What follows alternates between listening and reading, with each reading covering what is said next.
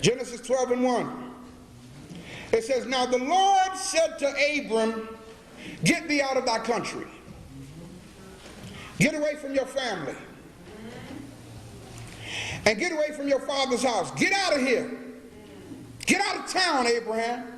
Or Abram at this time.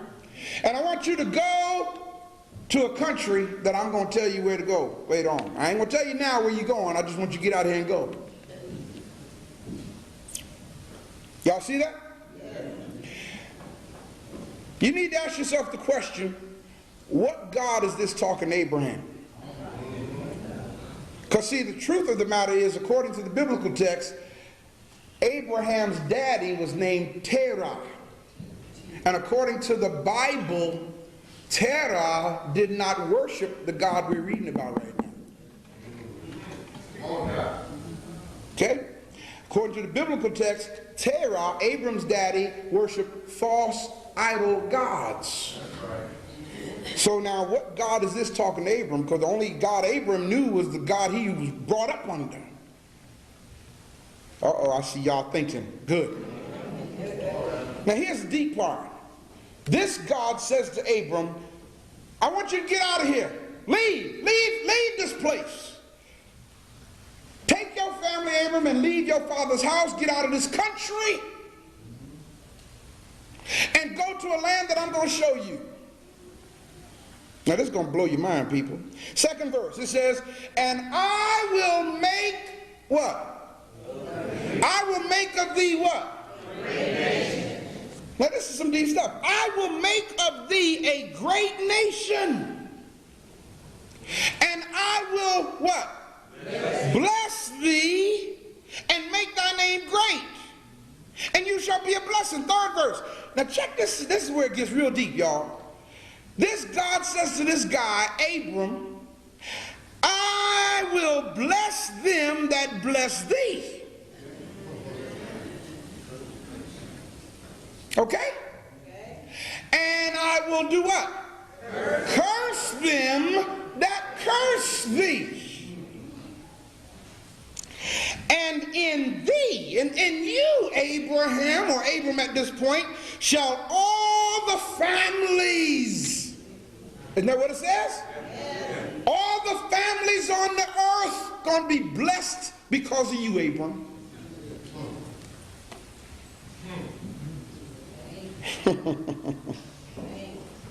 So Abram, fourth verse, so Abram departed as the Lord had spoken to him, and Lot went with him, which was his nephew, and Abram was 75 years old when he departed out of Haran.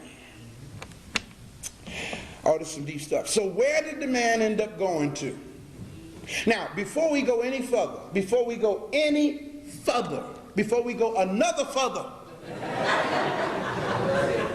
keep your finger there and turn over to Galatians, the 4th chapter, verses 22 through 24. Now don't get upset with me for what you're about to read. Okay? But see, you got to see this program of control here. We just read in so many words that God, whatever God it was, said to Abram, I'm going to send you out of here, Abram, and I'm going to make you the most chosen, choicest family on the planet. And any blessings that anybody on the planet gets is going to come through you, Abram. Isn't that what we read? Anybody who blesses you, Abram, I'm going to bless them. Anybody who curses you, Abram, I'm going to curse them. Now look at Galatians, the 4th chapter, verse 22. Oh my God. Y'all got Bibles? You there? Notice what it says. Verse 22. It says, for it is written that Abram had 2 sons. Who had 2 sons? Abraham had 2 sons, one by a bondwoman, the other by a free woman. 23rd verse. But he who was of the bondwoman was born after the flesh. He of the free woman was by promise. Now notice the first line in the 24th verse. For those of you who haven't seen this before, what does it say? Which things are an allegory. Look at it. It's right there in their book. it tells you plain as day that the whole story of Abram is exactly that. It's an allegory. The man never existed. The man never historically walked this planet. So now if it tells you here that Abraham is an allegory, then what in the world are we reading in Genesis?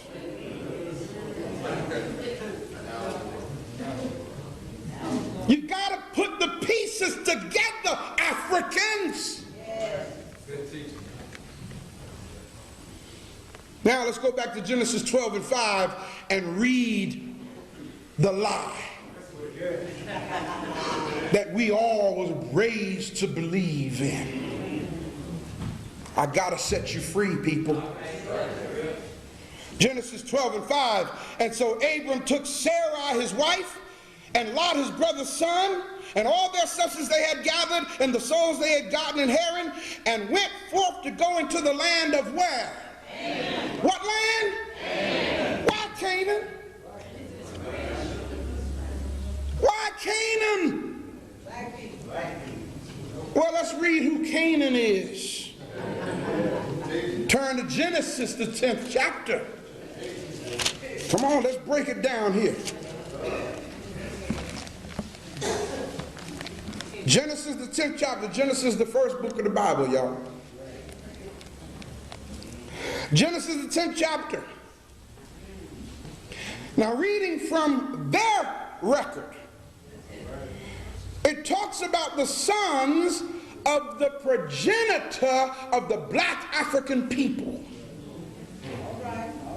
In the biblical text, the progenitor of black Africans is called Ham. The 6th verse of the 10th chapter of Genesis. And the sons of Ham, the black African of the biblical text, his sons, he had 4 sons. What are their names? Cush, which is, we call it today Ethiopia. What's the second one? Mizraim is pronounced, which today is known as Kemet or Egypt. What's the next one? Foot, which is known today as Libya. And what's that 4th brother's name? Canaan. Say it one more time. Canaan.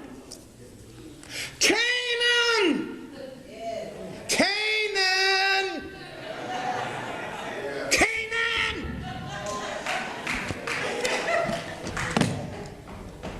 A black African, according to the biblical text, a black African. Now there's some deep stuff, y'all, because this God told Abram, get out of your city where you live, leave your family, leave your country and your kinfolk, and I'm going to take you to a land. Abram said, where are we going, God? God said, I'll tell you as you go. And it just so happens that this God sends this person who never really existed to Canaan,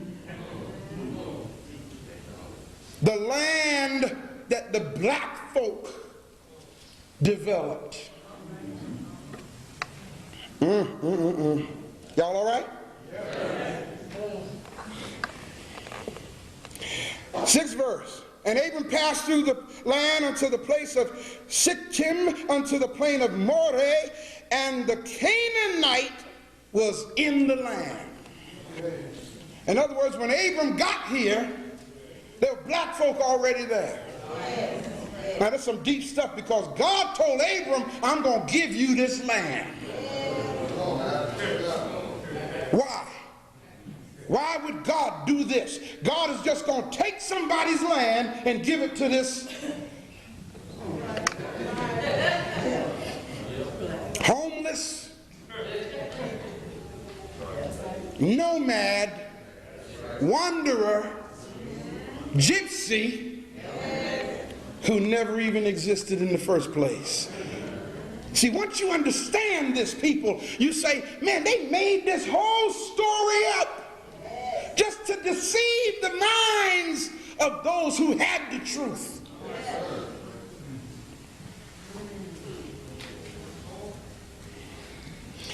27th verse, and the Lord appeared unto Abram and said, unto thy seed will I do what? Give this land. I'm going to give these black people's land to you and to your offspring, Abram. And there he built an altar unto the Lord who appeared unto him. Now what's really deep about it is those of you who have been programmed to love the B-I-B-L-E. You've been programmed to digest this hook, line, and sinker. You read this and say, well, that was God's will. You see the control mechanism here? Oh, this is some deep stuff, y'all. Let me show you how deep it is. He goes through Canaan, but that wasn't enough. He wanted to get some other land too. Greedy, greedy. Look at the 9th verse. And Abram journeyed going on still toward the south. 10th verse. And there was a famine in the land. So where does he go? He went on down to Egypt. Now this was getting, y'all, when you really look at what this dude did, even though he didn't really exist, but even in their story, how can there be any honor to what he did? Notice what he did. It says, and he said unto Sarah his wife. Now Sarah, listen, I know you fine. You are ultra fine. You are a good looking woman, Sarah. That's what it says in the 11th verse. Just to look at you, men want you. I'm transliterating it, of course. You see that there, right? He says, I know that thou art a fair woman to look upon. You see it there, right? So notice what he says. He says, now I want you to understand, when we get down into Egypt, and these black African brothers see you, they're going to want you. Okay? And you so fine, Sarah, that they're going to want you so bad, okay, that if they think I'm your husband, they're going to kill me so they can have you. Y'all see it there? That's 12th verse. It says, therefore shall come to pass when the Egyptians shall see thee, that they shall say, this is his wife, and they will kill me, but they will save your life. So here, now notice he goes on, so now check this out. The man, according to their story, now mind you, he didn't exist in the first place. So why did they have to make him prostitute his own wife? Why did they have to make that up? If he didn't even exist, why you have to create this lie? They made the man prostitute his own wife. He said, so listen, when we go down to Egypt, I want you to tell everybody you my sister. Don't tell them you my wife. Tell them you my sister so that it may be well with me. Look at the person say, looking out for your own flesh. That's all his brother worried about here. He worried about saving his behind. Tell them you my sister so they don't kill me. For my soul shall live because of thee. 14th verse. And it's going to come to pass that when Abram went into Egypt, the Egyptians saw how fine Sarah was. 15th verse. And the princes also of Pharaoh saw her and went and told Pharaoh about this fine sister that just came into town. She was so fine, nobody in town deserved to have her but Pharaoh. 16th verse. And Pharaoh entreated Abraham, or treated Abraham well, not because he liked Abraham, but because she was so fine. You brothers, y'all know what I'm talking about, right? A lot of times y'all get good treatment just because how good your lady look, right? I'm going to tell the truth, man. You go in a store and you get a break that you wouldn't get if she wasn't there.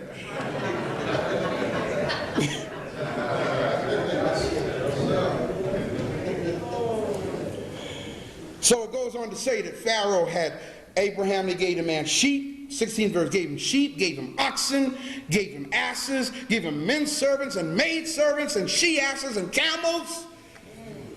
All because she must have been a fine sister. She had to be awesome, man, for Pharaoh to give Abraham all this stuff. In other words, I want this woman. We call it today prostitution. The man prostituted his wife so that he could get off. Now, of course, he didn't exist. But even in their story, it's horrible. So God sent plagues, according to the 17th verse, in Pharaoh's house because Pharaoh was sleeping with Abram's wife. How do you do that, man? I mean, come on. How does a man do that? You know, I'm going to give you the Pharaoh. 18th verse. So Pharaoh called Abram and said, man, what you done up in here? What up in here? Why you tell me that this was your sister, man? And got all this stuff coming on me here. And why you mislead me like that? Man, take this woman and get out of here. So it didn't kill him after all, did he? 13th chapter, 1st verse. Notice what it says. And Abram went up out of Egypt, he and his wife, and what's the next line? And all that he had. Look at the person next to you, say, according to their story, he went into Egypt with nothing and came out a rich man.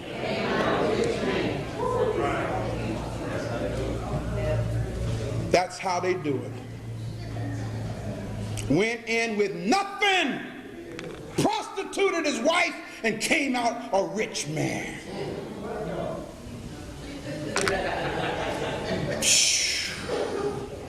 And this is the man that our oppressor has made the father of the faithful.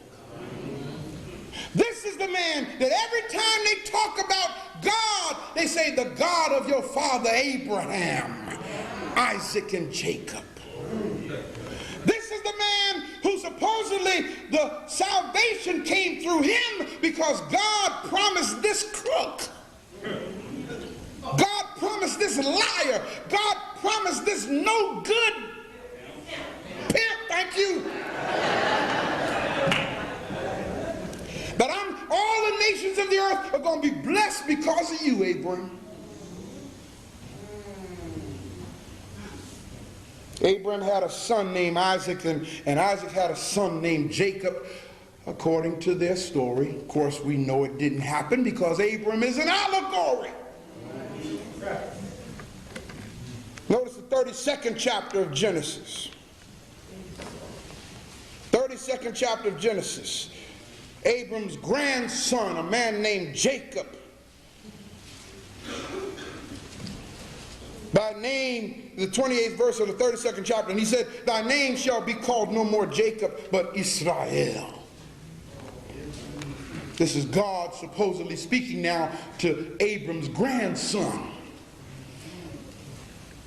For as a prince hast thou power with God and with men, and hast prevailed. It blows my mind how this God can give so much to crooks. Because Jacob, according to their story, Jacob was a deceiver.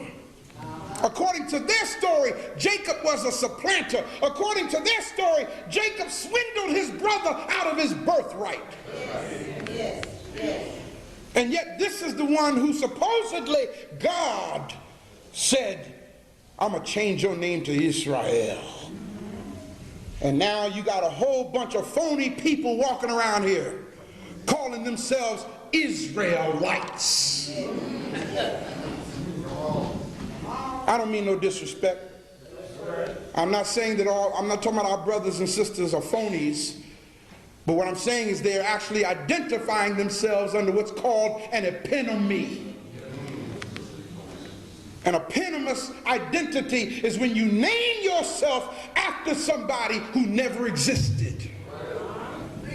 How can you be an Israelite if there was never anybody named Israel except in the lie that they made up?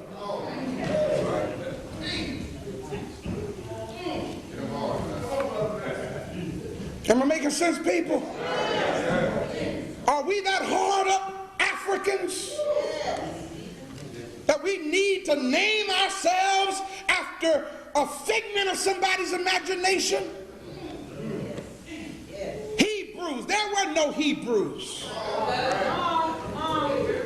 In the Bible, they are Hebrews.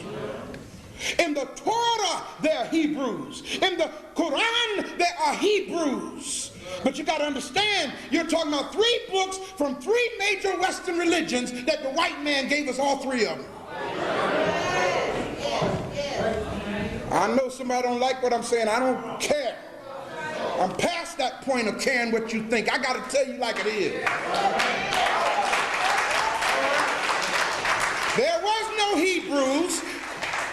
There was no Abraham, Isaac, and Jacob. We just read Abraham is an allegory. According to their story, Abraham is an allegory. So there was no Israel. And if there was no Israel, you can't have a Hebrew Israelite.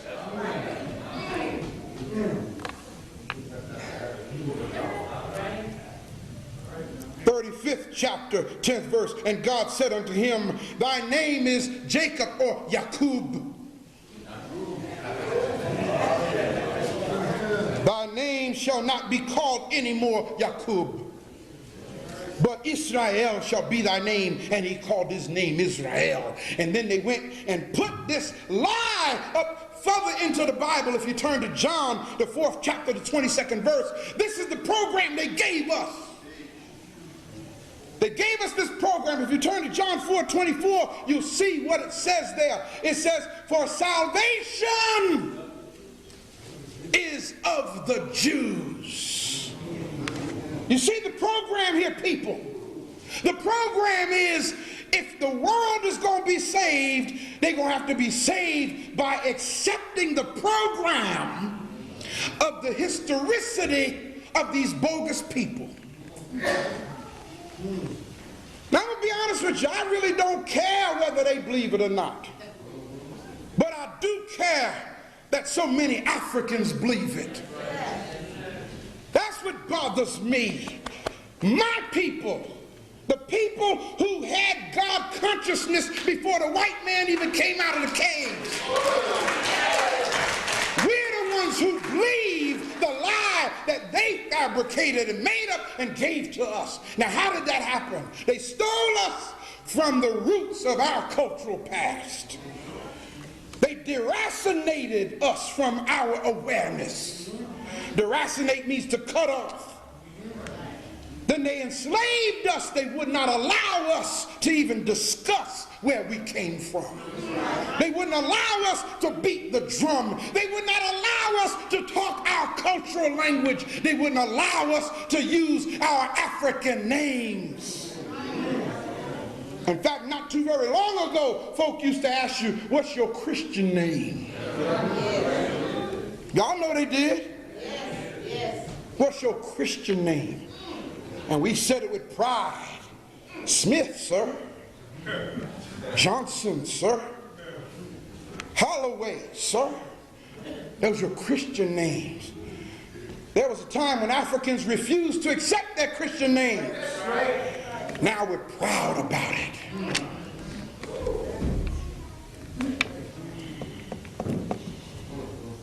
Salvation is of the Jews. I gotta say it. There is no lie bigger than that.